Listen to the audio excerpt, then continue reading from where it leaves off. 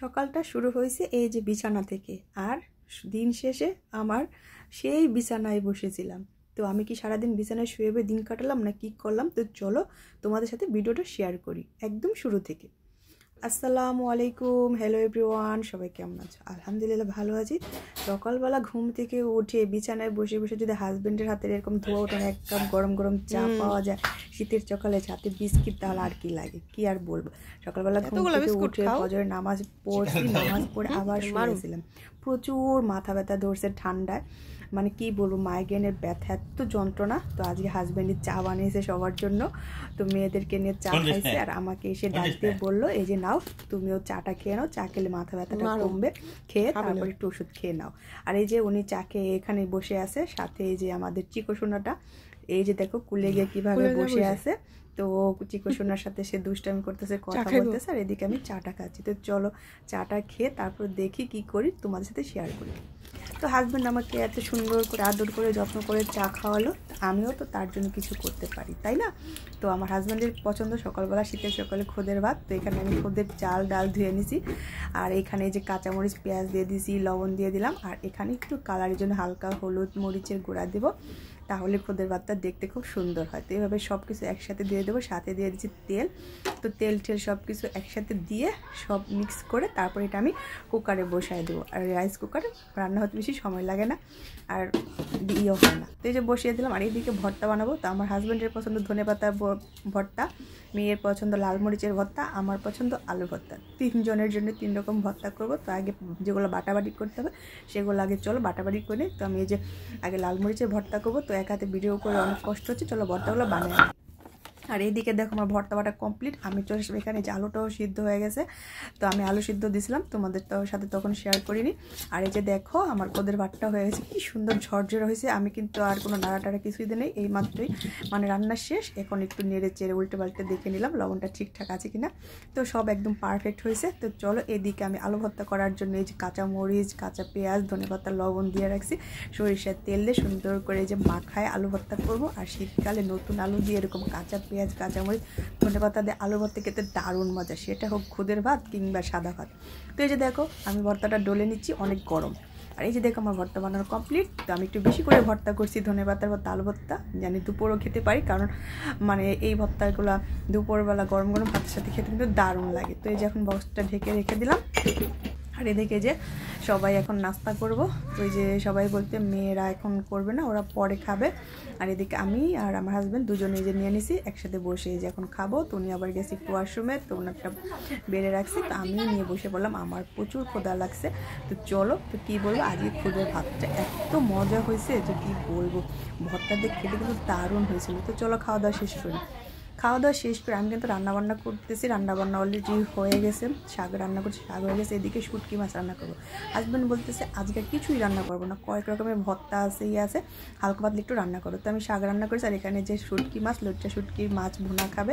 তো আমি লোটটা মাছ শুটকিটা ভালো করে আগে পানি দিয়ে ধুয়ে পরিষ্কার করে নিয়েছি। এখন এই যে আমি কড়াইয়ের মধ্যে যে শুটকিটা সে হালকা সিদ্ধ করে নেবো। তো এই যে এখন পানি দিয়ে দিলাম, পানি দিয়ে বসে এটা কিছুক্ষণের জন্য সিদ্ধ করে নেব, কারণ সিদ্ধ করে তারপর এটার আরও কাজ বাকি আছে। তো চলো সিদ্ধ করে। আর দেখো সিদ্ধ করে প্রত্যেকটা মাছের ভিতর থেকে কাঁটাগুলো একদম বের করে পুরো বেছে পরিষ্কার করে নিয়েছি। আর এইভাবে শুটকি মাছ রান্না করলে ছোটো থেকে বড় সবাই খেতে পারবে, একটু কাটা লাগবে না, সব কাটা আমি বেছে ফেলে দিচ্ছি। এটা বাঁচতে যায় অনেকটা সময় লেগে গেছে, তাড়াতাড়ি চলো রান্নাটা করি। কড়াইতে এই যে তেল গরম দিয়ে দিলাম, এখানে অনেকটি রসুন কুচি দিলাম, রসুন কুচি দিয়ে তারপরে এর মধ্যে অনেকগুলো পেঁয়াজ কুচি দিতে হবে, কারণ এই শুটকি ভাজিটা একদম পেঁয়াজ আর রসুন আর টমেটো দিয়েই করবো।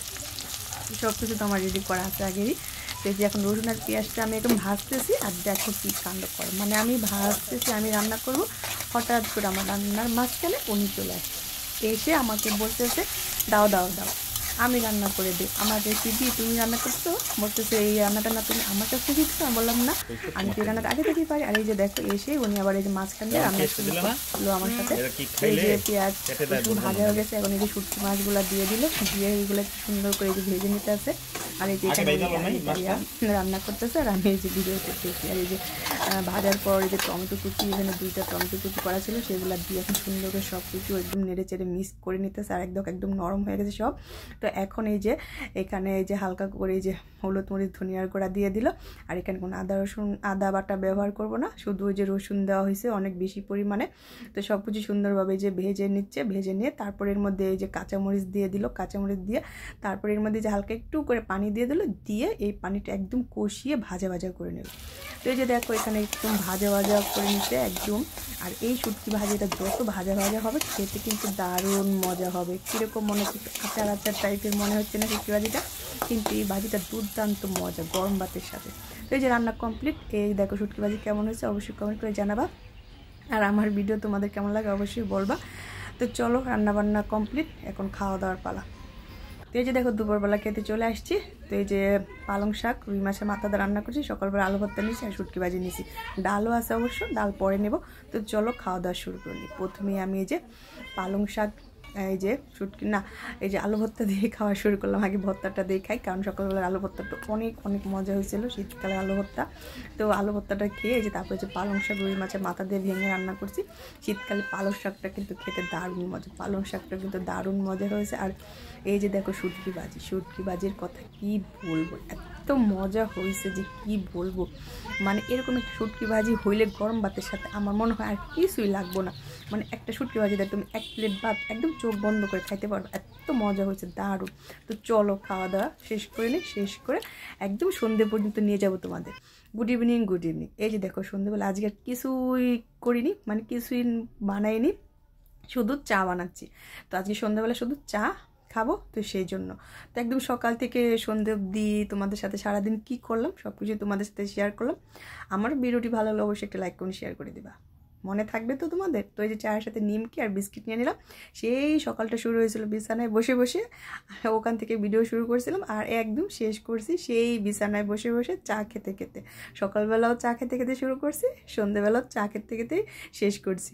তো সবাই ভালো থেকো, সুস্থ থেকো, আমাদের সবার জন্য দোয়া করো, তোমাদের জন্য দোয়া করে আল্লাহ যেন সবাইকে ভালো রাখে, সুস্থতা দান করে। আল্লাহ হাফিজ, টাটা, বাই বাই।